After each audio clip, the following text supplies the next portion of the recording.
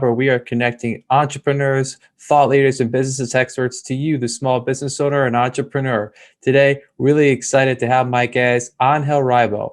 Angel is known as the CEO Confident. He runs a business and consulting firm where they help to boost accountability, improve your sales performance, and has spent a great deal of time working on how to help remote teams become successful. In this episode, we're going to talk about Angel's background, how he come to create the CEO Confident, what he has done over the last year to help boost teams' remote performance, and finally, how he leverages social media. We hope you enjoy this episode.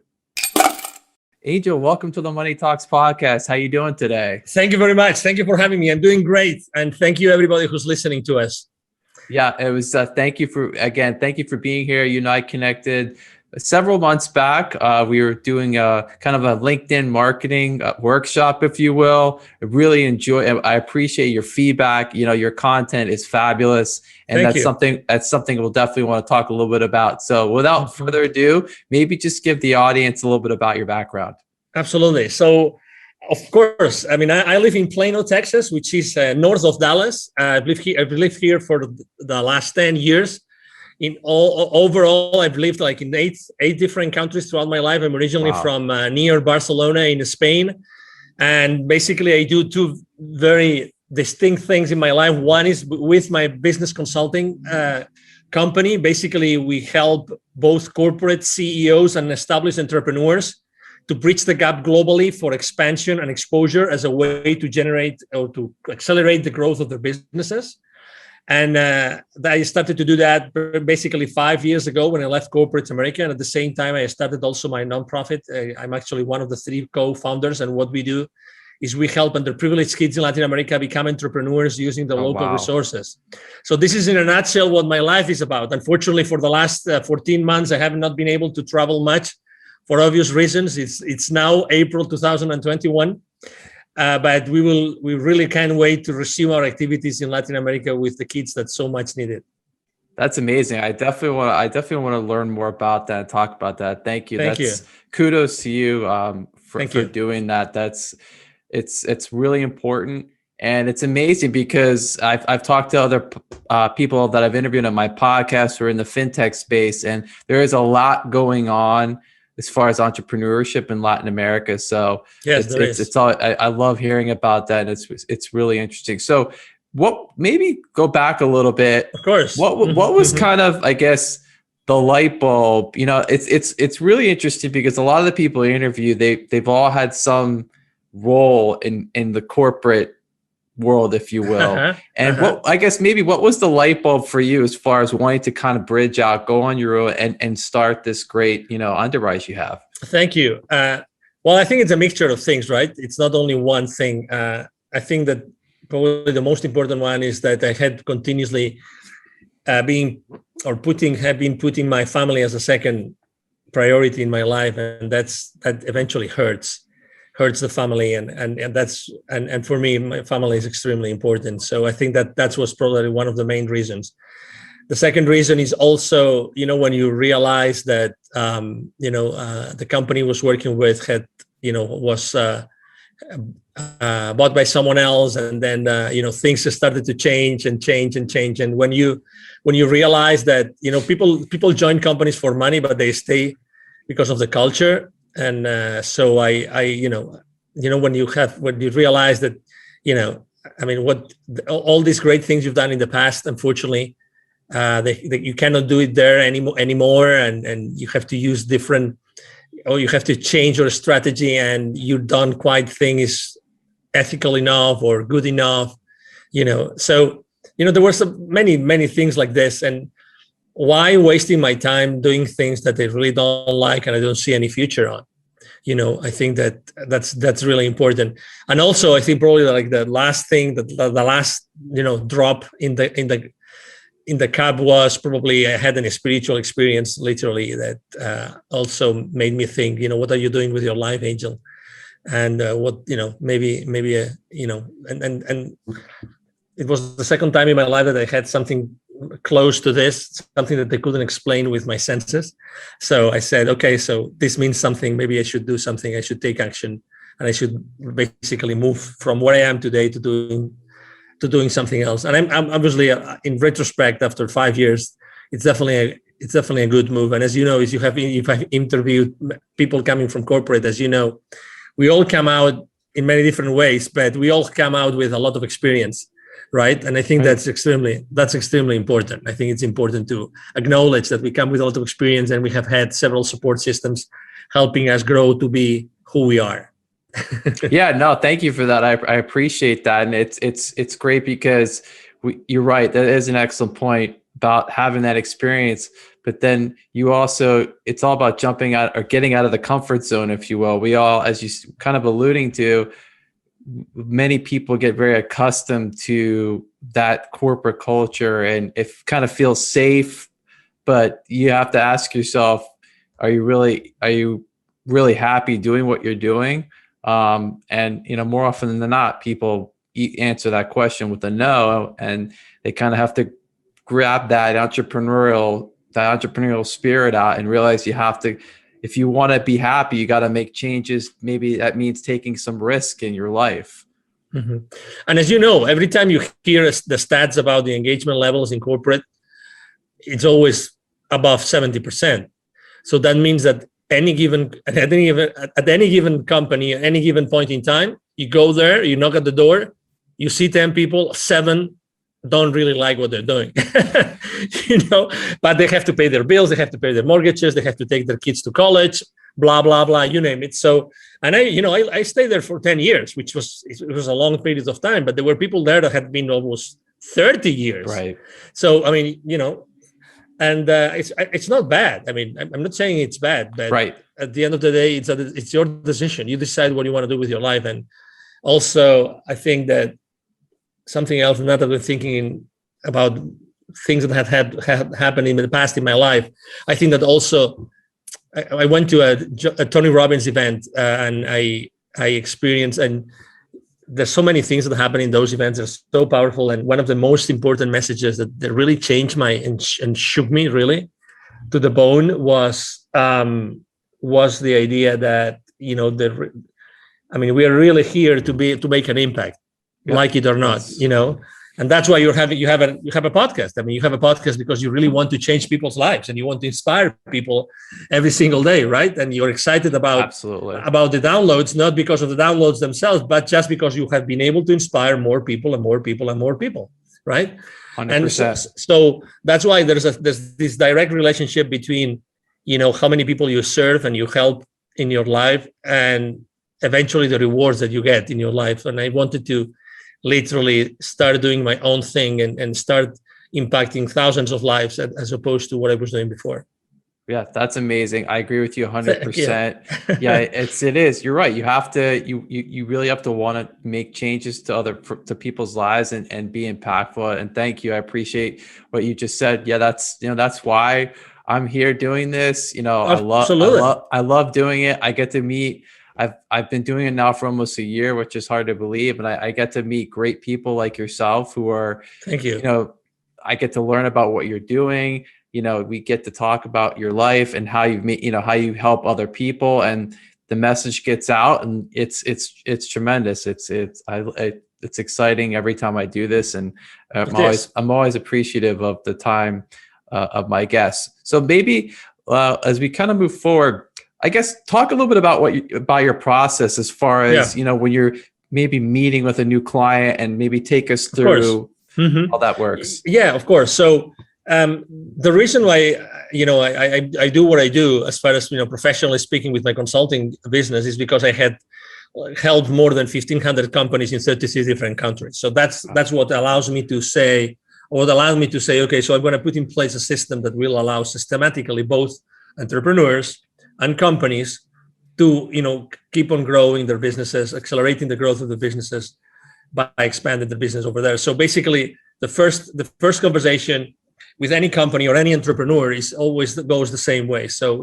okay, so why would you like to go abroad? Why would you like to go global? Why would you like to take your product or your service to a specific place, a specific geography in which you are not present right now? And the reasons are different, right? Some people I just want to make more money out of what I already have. Other people say, I would really like to have my business and travel with my business, and I would like to use the excuse of my business to travel to other places, which is a very genuine, authentic way to think about it. And as you know, there's many professions that are actually already doing that, like real estate people, professionals. They do that all the time. They go and go all over the place, all over the world to buy properties, and they have fun doing it, and they're still doing business at the same time, right?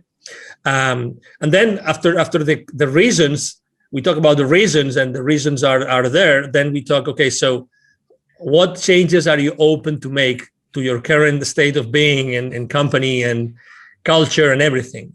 Because it's very easy to say, I want to do this, but what do you really want to change? That's why very often people ask me, how do you find your clients, or what's the perfect profile of your clients? Is there a particular industry that you like to work more with? And I said, no, there's not a particular industry. There's always a way in which I always ask these three questions. Do you really want to change as a leader? Do you really want to leave a legacy? And do you really want to change the world? I always ask the same three questions, because I just want to work with people that I really like to work with. You know, I choose my clients, and I really want to work with people that really want to make a difference in this world. The same way I'm doing it every single day. I want them to do the same thing, and I would like to work with them and support them in doing that. And I think that is really important. Then we have a conversation about, do you have the resources? It's very important. I mean, going abroad is not just, or going global or international. It's not just, okay, I want to go, let's test the waters. You have to make a decision to do it, okay? There's several ways to do it, and you can, let's say there's several levels of, engagement, and you can go full in, and you can go maybe test the waters and find maybe some business partners and start, selling your products and services. It depends. Everybody's different, but you have to make sure that you're going to stay in that mode between 1 year, 1.5 years, because if you only want to do it for a few months, it's not worth it. You don't need me.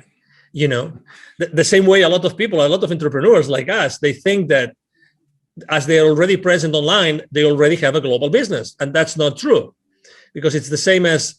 And I see that every time I go with my foundation as well. I go to many different Latin American countries, and you would think every country we speak Spanish, so it's almost the same culture. It's not the same culture at all. So even if we speak English right now, only a few entrepreneurs out there, really have thought, okay, so is selling to the US the same as selling to Canada, the same as selling to Australia, the same as selling to the UK? And the easy answer would be, of course it is. They all speak English. It's not true. It's not true. And talk to any advertising company who's present globally. You have any friend working on a marketing department or on an advertising large corporation that they work globally? Ask that person, do you guys really take into consideration the different cultural realities in every single geography in which you advertise your products or services? Of course they do. Right. But we tend to think that things are simple, and things are, no.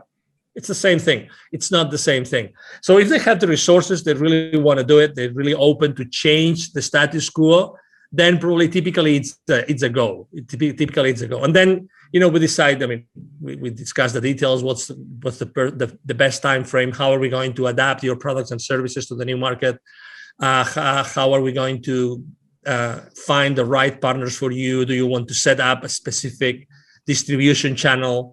Do you want to go there, or do you want to tap onto the door of, or knock on the door of the top 5 clients of a particular industry, which are good for you, good fit for your products and services?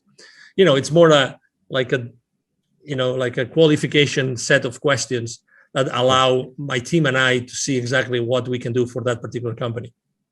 That was tremendous. Thank you for that. I really enjoyed all of it, but especially the first part, because you're very specific as to, you were talking about the 3 questions that you ask, very specific, and it's important it's 2 many reasons, but one, as the entrepreneur, as the business owner, it's important that you're, distinguishing yourself, and that really is really speaking to your value proposition as far as, this is what we're trying to find out. If you can answer these questions, I can help you. If you can't, we probably can't work together. And that's important, that you've created this niche, and you're able to have these questions and get them answered. So I think that's really important. And then what you were just talking about, as far as, understanding, you have a great understanding of the cultural differences, because in this day and age, like you said, everyone wants to go global, right? And if to your credit and to your point, it isn't that simple, just because these languages are spoken in so many countries. If there's one thing I learned from business school, it's the cultures. So I distinctly remember these conversations having with one of the professors about how different it is to do business in these other countries, whether it's in the Far East or in Latin America. It's not the same. You have to understand the cultures. And that's really important that you help people realize this right at the start. Exactly. And that's why, after so many years, 20 plus years working in 33 countries, with all the network of potential partners of my future clients that I have developed, how important it is for you that you are going to, let's say, disembark on a particular country and you already have a trustworthy partner, right, that you can start working together. That's gonna make a big difference. Going with, holding hands with someone local that knows everything, that's gonna help you and is gonna teach you everything, obviously in return of a margin or any other, arrangement, commercial arrangement, but still. And this is one of the most important assets that we have. We know local people in all those countries that can help, really shorten that ramp up period that they will need for their experience of going global or starting, to commercialize their products and services in that market. Yeah, 100%. Have you found, obviously we all like to forget all the events that occurred last year. They were, clearly awful, very difficult, no matter where you were in the world. As far as in communicating with, your clients and prospective clients, do you see, or have you found that more and more of these prospective or your clients have this, really this sense of urgency now that, going global is so important, and that if we've learned anything, you and I are here on a Zoom call, we have this ability to communicate and get things done. Have you found that sense of urgency has increased now because people realize maybe I don't have to get on a plane, 200 days out of the year? Exactly. And I was one of them. I remember 1 year, I did 230 flights in a year. Wow. In 12 months. I don't know how many hotel nights I have no idea, but obviously those were a lot of legs, a lot of flights, a lot of planes, a lot of destinations. So to your point, absolutely, because the people are realizing that, the market conditions have changed. And the same way I have to tell you that not everybody, that's funny, because you would think contrary to what your common sense would tell you, there's also a lot of people that are not ready to sell online. So again, having those, I couldn't agree more with you. Right now, companies are really wanting and needing to go global, and accelerate the growth of their businesses more than before. They want to make the most of their services and products, and they don't know exactly how to do it. And that's why having local partners that have already proven, that they have already been successful in whatever they have done before, I think it's extremely important.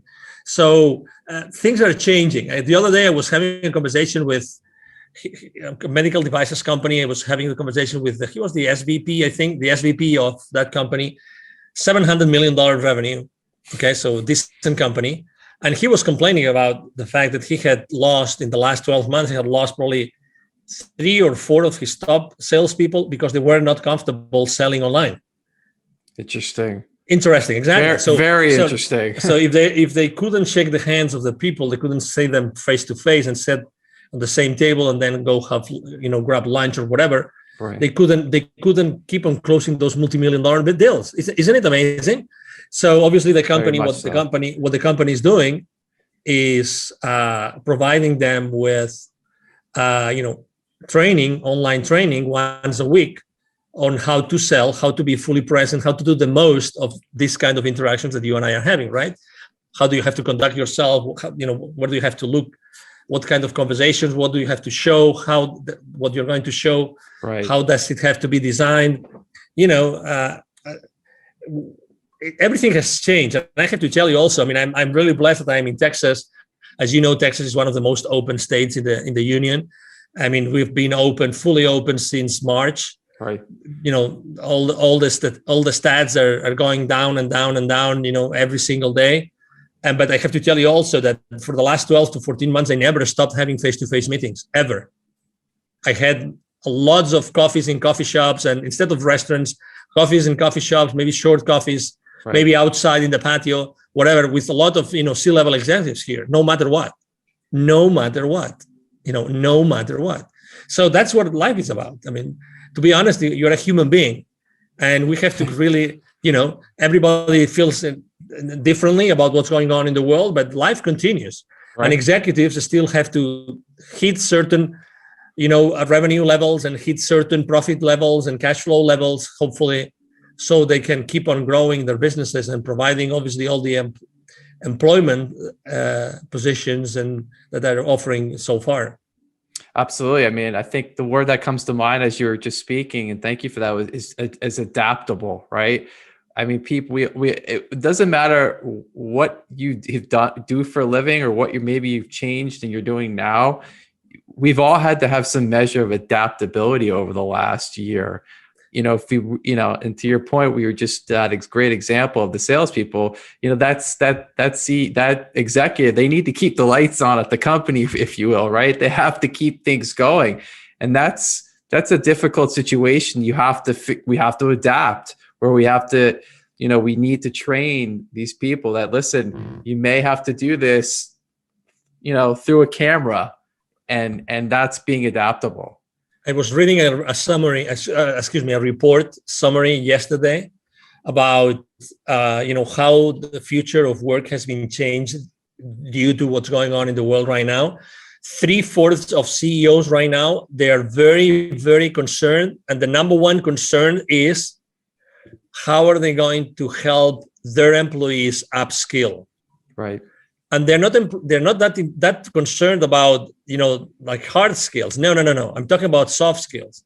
So they don't know how they're going to do it to successfully transition their labor forces, their workforces, into a place where they can embrace new skills that are needed for the work that needs to be done today in the world, right? So, yeah, I mean, at the end of the day, we're all human beings. You know, at the end of the day, C-level executives are the same as you and me. They have their own concerns. They're different concerns because they, you know, their outreach and their levels of responsibility, depending on the size of the company, is huge. But at the end of the day, they're dealing with people and concerns related to people. You know, will my employees be still engaged? What do I have to do now differently compared to before, so that they keep being engaged? How do I keep them accountable? How can I have, you know, all those questions are being asked and are not easy. I mean, in only 12, 14 months, let's say 14 months now, it's April 2021 right now, not everybody has been able to really adapt to the new situation yet. And I think that the organizations that have provided have taken the opportunity for the last few months, right, to train their workforce are going to be the most successful ones in the future. But 100%. you can't wait. It's not like, you know, you have like X company name university already developed and you have lots of courses inside. That's not the answer. The answer is, how do you make sure that you have really, really, really, you know, engaging, multisensorial, you know, really engaging training opportunities that every single employee is really using to keep the company afloat and to really set a strong foundation. Things are changing all the time, and people don't see that. Again, and the world of training has also changed, and it will keep on changing. You know, and as you know, we live in a world we are being distracted all the time. You know, we carry these smartphones, which make us, obviously, they not make us smarter, as you know, right? So they do everything but keeping us smart, right? Agreed. It's funny. I don't know if you've seen it. I forgot the name of the company. I would say the name of the company if I remembered it. There's a company that just launched a new flip phone, which it's not a smartphone, so it has zero distractions. but it has the power of the, let's say, the agenda, blah, blah, blah, all the really strong things or the Right. powerful things, but zero distractions. And I'm sure that they're selling it. It's not cheap. I mean, it's not like the flip phones that you go to Walmart that it's $25 or $50. Right. No, they charge you $300, I think it is, but it's a flip phone, long battery, you name it, because we need to go back to the basics. The distraction is not allowing us to really thrive in our lives. And you must see this because you interview people every single day or week. You see that, unfortunately, keeping us distracted is keeping us distracted. So we don't accomplish what we should be accomplishing. 100%. Right? And there's this great movie called The Social Dilemma. The Social Dilemma. I don't know if you've watched the movie. Yes. It's a great movie because I think Yes. everybody should go and see that movie and watch that movie because it tells you how the devices and the softwares are designed to keep you distracted and are designed to, with all due respect to all those companies, manipulate your purchasing habits, your consumption habits. And they say it. I mean, and there's like literally what? 9, 10, 11 high-level former social media companies that are telling you the story and explaining you, this is how we do it. Right. This is how we manipulate you. And they say, we don't allow our kids to have cell phones. We don't allow our kids to have the cameras on their computers. Right. There's a reason. There's a reason why this is happening, So it's like the cars.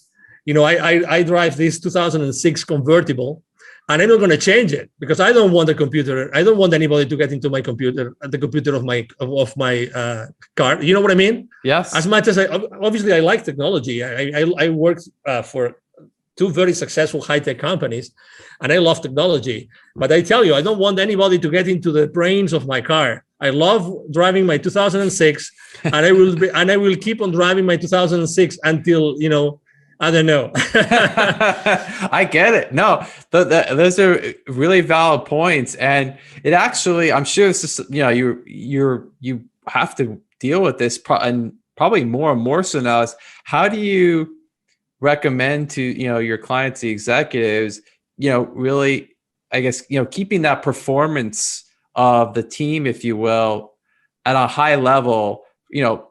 2 reasons. One, obviously now we've all been separated and predominantly we've had to work in this kind of environment. And how do you maintain that performance? And then also to what you were just talking about, this distraction, right, of this, where people just pick it up all the time. How do you, I guess, advise your clients on the best piece of advice is actually a very good friend of mine. His name is Neville Joffe. He's trained more than 20,000 C-level executives and business operators of large corporations in the world for the last 25 years. And he does something which I love. It's the deprivation test, which means, imagine, Hugh, that you and I, we do a list of everything that we do, let's say during our working hours. Let's leave our personal life aside, okay? Our working hours. We do a list. And then we say, okay, starting tomorrow, I will not do this and this and this and this. Listen, if you want, you just start with one thing. I'm not going to do that. And I will make sure we're not going to do it. And you keep on adding things. Why? Because you realize that there's a lot of things that you do that you really don't need to do. And you can probably, there's some roundabout, something that you can do instead of what you were doing. That's not going to be, sucking your energy and your time. Right. And you can still, turn around. I wanted to say that's the word I wanted to use. So you can use a turnaround and not being obliged to do that. So make a list of the things that you do. Start, the saying, I will not do this anymore. I will not do this anymore. Really, like processes that you every single day you do, and you will realize how you really don't have to do many of the things that you're already doing. And I love that test, the deprivation test. I love it because it's like looking at yourself at the mirror. Right. You can't hide. I mean, you are there. It's you. You either like yourself or you like yourself, right? it's who you are, right? That's fantastic. I'm gonna have to make that list. No, honestly, do it. Yeah. Honestly, It's like when we're shaving in the morning, right? It's you with your razor, and it's your face, and if you cut yourself, bad luck, it was your bad day, but it's you with your time, with your reality. And there's something else. And I took action after watching that movie that I recommend people as well. They actually, what they did is they made an app called Moment. These former executives that left the social media companies because they didn't think that it was the ethical thing to do, like staying at the company and manipulating people. They actually came up with an app called Moment. I use it. It's going to change your life if you use it. Okay. Moment. It helps you. It's like the AA people, there's a process to get out of alcohol addiction. Is the same thing. They take you step by step, how to start putting the cell phone aside, the smartphone aside, and not take the power out of your life and out of yourself every single moment. Fascinating. That is. I'm gonna check that out. Check it. This is a podcast chock full of advice, not just professional, but personal. Absolutely. Thanks. Absolutely. Thank you. Thank you for appreciate it. So I always spend so much time asking my wonderful guests many questions, and I appreciate them being here. And I always give the opportunity of the guests to ask me a question. So I'm giving you the mic, and feel free to ask away. Okay, from 1 to 10, how difficult do you want me to ask you the question? Oh, wow. The question to be from 1 to 10. Let's do it. Let's do an 8. An 8. Okay. What keeps you up at night right now, Hugh? What keeps me up at night right now? I think honestly, it's the education of my kids, and how I think, if anything, it's very worrisome. Obviously what happened over the last year, we can't change it. It's already happened, but you really start learning more and more about how your kids are being taught in schools. And to me, that's very worrisome, because they're going into a world that, you don't, having a degree from a Harvard or a top-notch school, more and more people are not really looking at that anymore. They're looking for more entrepreneurial, thinking people that can work with teams and on projects. And I feel like our education system in this country it's not built that way. It's built completely, it's an antiquated education model. And I think it has to be changed. And I know there are entrepreneurs out there that are now doing these things. Obviously, it's not available to everyone, and it could be expensive, but at least you're starting to see some changes as far as these people realize we can't teach our kids this way anymore. It's not about test taking skills. It's about problem solving and speaking. And this is what's important. This is what's going to help them as they go forward. So I couldn't agree more with you. It's funny. I don't know why I asked you that question. I'm extremely involved with the education of my kids as well. I'm very worried as well. I used to be volunteer in the school. Unfortunately, here where we live, they closed down the schools. We literally cannot go inside the school to see what our kids are doing. We cannot do that, which is insane.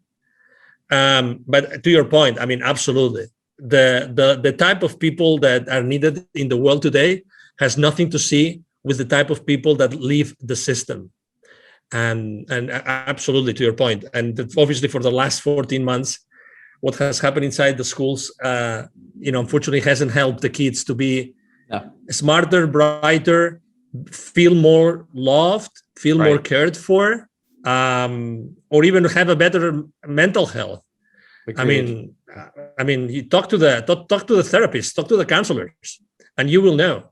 You will see. I mean, unfortunately. So thank you for answering the question. Thank you. I appreciate that question. Thank you. It's something. It's funny because I'm actually going to have in the next couple of weeks. I'm going to have a founder of a startup education company. So more to come on that subject. Awesome. Yeah. Please. I'm looking for. Keep on bringing people that knows exactly what's lacking today and what we can do to bring, to use all these amazing talents and gifts that our kids come to this world with. Oh my God, and you see that every day. It's as father, you see that. I mean, these kids are asking you questions that, oh my God, and what a blessing. The thing is, how do we keep this balance, right?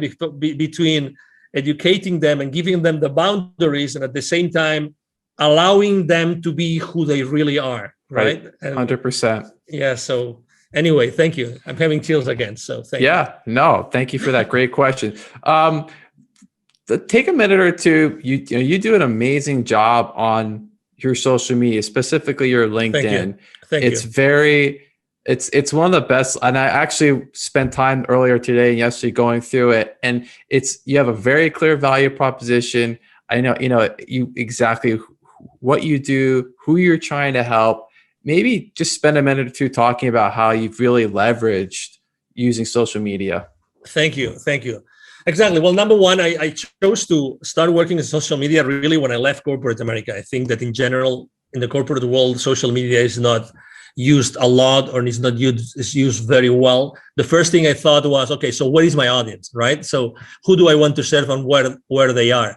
And it's funny how, obviously, I immediately decided, okay, so it's LinkedIn. I only had a few hundred connections, nothing else.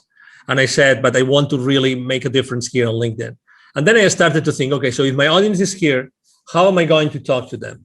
And one of the things I always repeat myself and that I learned, and I have had also very good teachers throughout this time, is that number one, have you noticed that when you go to Google and look for a particular person, you throw a name in the box? One of the first line items is actually LinkedIn. Right. So you are in Google, Googling someone's name, and LinkedIn lines show up as the first one. So what I'm trying to tell you is LinkedIn is not a place where you look for a job only. LinkedIn is a search tool. LinkedIn is a search tool. Okay. So just that I think that's going to help you think differently about LinkedIn. Number one. Number two, I said, okay, so what am I going to share? I mean, I was able to have little by little, I built a team, and I have a team working with me. As you have seen, I have, video editors, I have graphic designers. I'm every single day online, every single day. So the content that I am posting is always a content, number one, that's going to grab the attention of my audience. Number two, that it's going to be more related to the human being who is behind an executive than the executive that is concerned about 20 different business aspects. So I'm trying to really keep everything at a very human level and connect with the people at the very human level. So you will see that obviously sometimes I speak about business, and sometimes I give visibility and exposure to businesses, and because actually it's part of my business value proposition. But I try to be really very close to the human beings behind the people that I want to attract to my timeline, right? To my feed. Right. And we all have options, as you know, we all have options. And also I use, and not many people do it, I not only post every day, like normal posts, I use video a lot, I use graphics, I use cartoons. I also create posters for the story. There's a story, like the WhatsApp story, the Facebook story, or the Instagram story. There's a story on LinkedIn. Right. And again, you have to change it every single day. But again, it's another place where people go and they just see, for instance, I am obsessed personally about what's going to happen tomorrow. I want to be the first one to tell everybody on my timeline what day is going to be tomorrow. So for instance, tomorrow, I forgot what day is it going to be tomorrow, but Saturday. So it's going to be Saturday, but I don't remember. It's going to be the National Something Day. Okay. So I am always talking about what day is it going to be tomorrow. So now I could go to LinkedIn and I will see that my team posted about what national or international day is it going to be tomorrow. And as opposed to do what everybody does, which is posting about what international day is it today, I always do about what international day is going to be tomorrow, just because I want to give my audience a head start, so they go to the office and they already know what's going to be tomorrow. Or maybe if someone needs to buy something or needs to do something, they have one day head start to do that. You know what I mean? Absolutely. And again, and there's days which I talk about innovation, about creativity. I talk a lot about building bridges, because I think that for the last 14 months, a lot of bridges have been burned. Right. And I think that we have to build bridges. So that's another important part of my strategy.